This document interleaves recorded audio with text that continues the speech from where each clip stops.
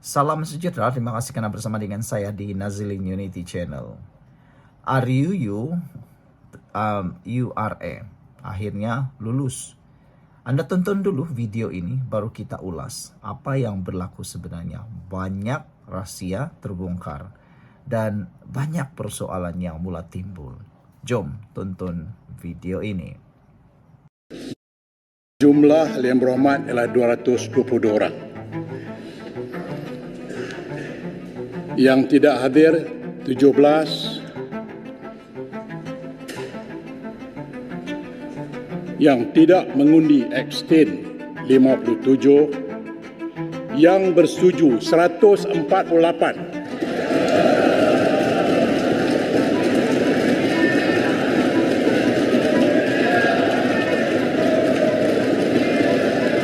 Maka reformasi.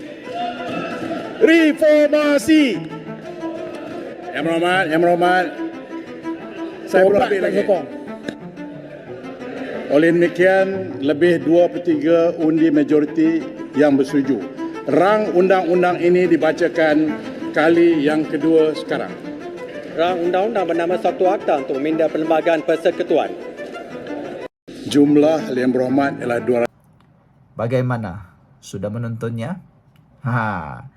Di dalam pengumuman yang dibuat oleh Speaker Dewan Rakyat sebentar tadi, menunjukkan satu jumlah nombor yang sangat mengejutkan kita. Yaitu, beliau menulis atau menyebut ada 148.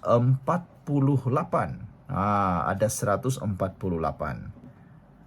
Dalam RUU tersebut diumumkan bahwa seramai 148 ahli parlimen menyokong ruang undang-undang itu dibacakan untuk kali kedua. Baik. Jumlahnya mengejutkan kita. Tidak hadir 17. Tidak mengundi pula 57.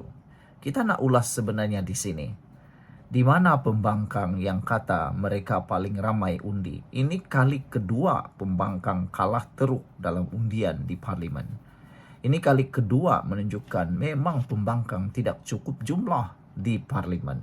Tapi mereka paling bising, seakan-akan mereka lah yang paling banyak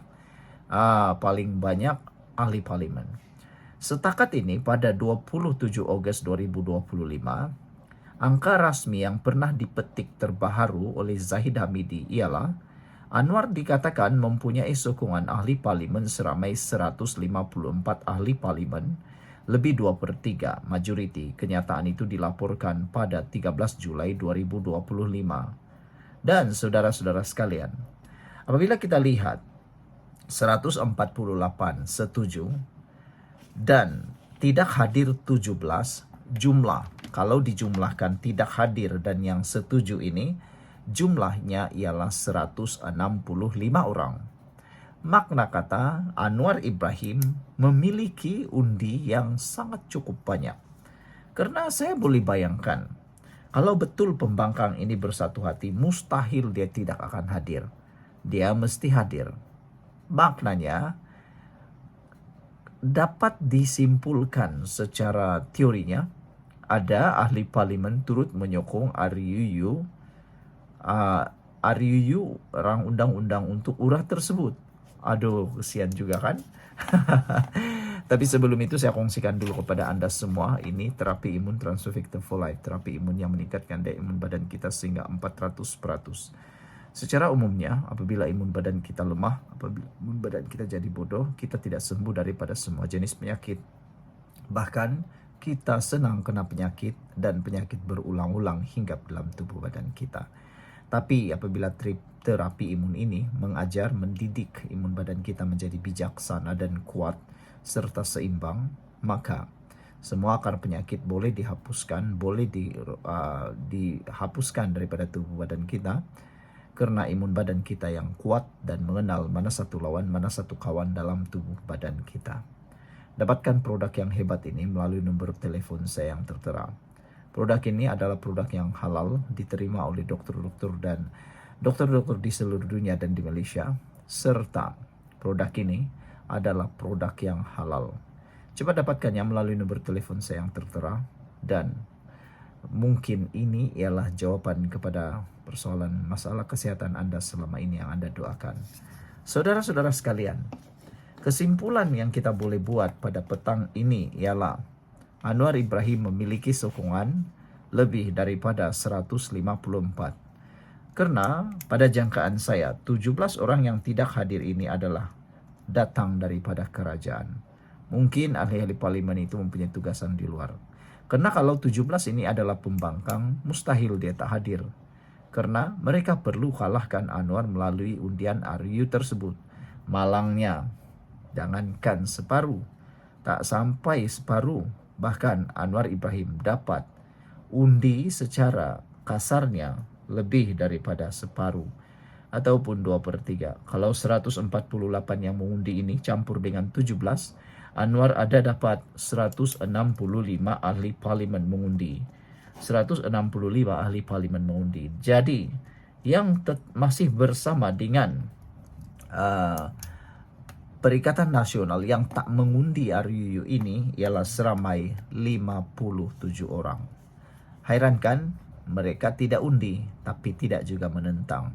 Sepatutnya, kalau betul-betul mereka tidak setuju, janganlah tidak undi. Pergilah tentang ataupun tidak bersetuju. Nah, tapi tak tahulah. Mungkin mereka tahu sebenarnya RUU untuk URA ini adalah RUU yang baik. Sebenarnya baik. Itu sebabnya mereka mungkin teragak-agak untuk menyetujui RUU tersebut. Sebelum kita berpisah, jangan lupa tinggalkan komen Anda dengan tekan butang subscribe. Kita jumpa lagi. Bye-bye. Salam sejahtera, terima kasih karena bersama dengan saya di Nazilin Unity Channel. Akhirnya, Papa Gomo yang menjadi idola kepada ramai orang. Anda mungkin salah seorang daripada pengidola Papa Gomo, tapi saya tidak. Papa Gomo akhirnya terima balasan apabila dipenjara 30 hari dan bayar kos Rm30.000 karena hina mahkamah. 30 hari je pun. Macam itulah kan. 30 hari berapa lah sangat kan. Selain itu hanya bayar 30.000. Bukan banyak pun. Papa Gomo kan banyak duit mungkin sebab dia suka nak buat spekulasi. Banyak juga perbuatan-perbuatan yang agak panas. Paling teruk sekali apabila menghina mahkamah. Apa kesalahan Papa Gomo? Sehingga kan dia dipenjara 30 hari dan juga dengan denda Rp30.000. Ramai orang dalam ruangan komen sebenarnya tidak setuju dengan denda ataupun hukuman yang diterima oleh Papa Gomo. Ada yang kata Papa Gomo sepatutnya dipenjara 30 tahun. Itu komen mereka lah. Tapi bagi saya, 30 tahun kah, 30 hari kah, tetap sama juga bersalah. Penulis blog Papa Gomo, atau lebih dikenali sebagai Wan Muhammad Azri Wan Deris, dijatuhi hukuman penjara 30 hari oleh Mahkamah Tinggi di sini hari ini selepas didapati bersalah menghina mahkamah. Pesuruhjaya Kehakiman Gan Ti Chiong menjatuhkan hukuman itu selepas membenarkan permohonan komital yang difailkan bekas Ketua Polis Negara Tan Sri Razarudin Hussein terhadap Wan Muhammad Azri. Mahkamah turut memerintahkan Wan Muhammad Azri membayar kos sebanyak Rp30.000 kepada Razarudin. Namun mahkamah membenarkan penangguhan pelaksanaan hukuman sehingga menunggu rayuan. Saudara-saudara sekalian, adakah ini akan menjadi pengajaran kepada Papa Gomo? Atau adakah ini akan menjadi lebih panas lagi? Sila tinggalkan komen Anda dengan tanda pagar, kami benci pemfitnah. Tapi sebelum itu izinkan saya berkongsikan kepada Anda dulu, ini Transofector for Life, terapi imun yang meningkatkan daya imun badan kita sehingga 400%. Secara umum dan ringkasnya, apabila imun badan kita lemah, apabila imun badan kita bodoh, apabila imun badan kita tidak seimbang, kita kena penyakit dan sukar sembuh daripada penyakit. Ada juga imun badan kita yang menyerang diri kita sendiri. Terapi imun ini mengajar dan mendidik imun badan kita menjadi bijaksana, kuat, dan seimbang untuk mengenal mana satu lawan, mana satu kawan dalam tubuh badan kita. Lalu, imun badan kita lah yang menyerang penyakit, akar penyakit yang dalam tubuh badan kita supaya kita sembuh dan sehat.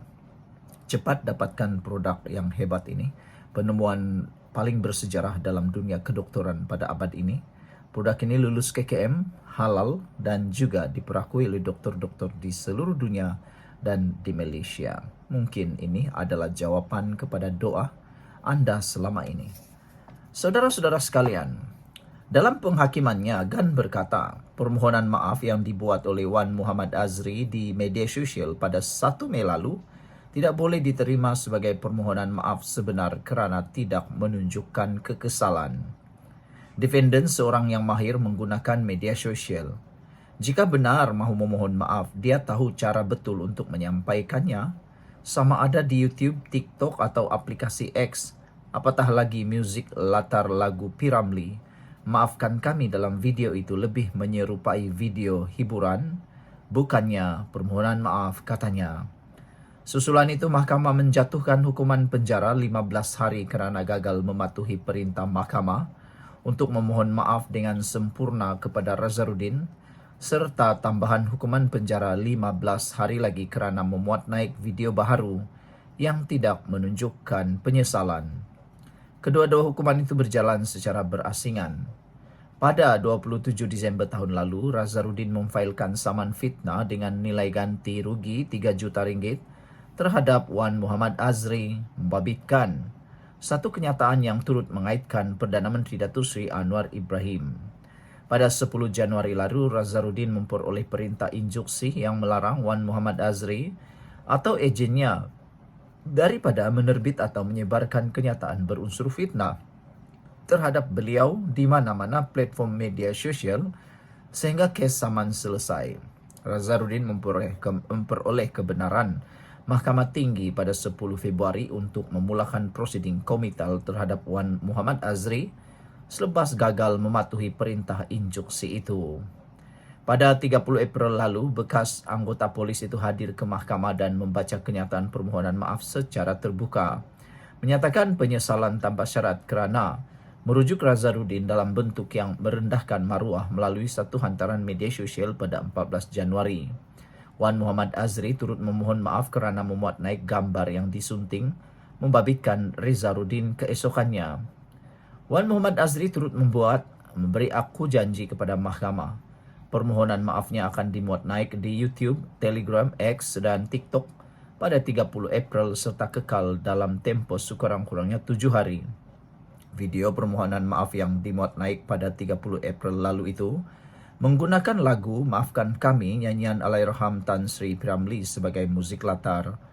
Papa Gomo juga diperintahkan menarik balik, menurunkan dan memadamkan penerbitan siaran video di YouTube, TikTok dan Facebook, Telegram dan X miliknya pada 14, 15, 20 dan 22 Disember tahun lalu yang mengandungi kenyataan fitnah terhadap Razaruddin. Sekian untuk kali ini. Jangan lupa tinggalkan komen Anda. Bye-bye.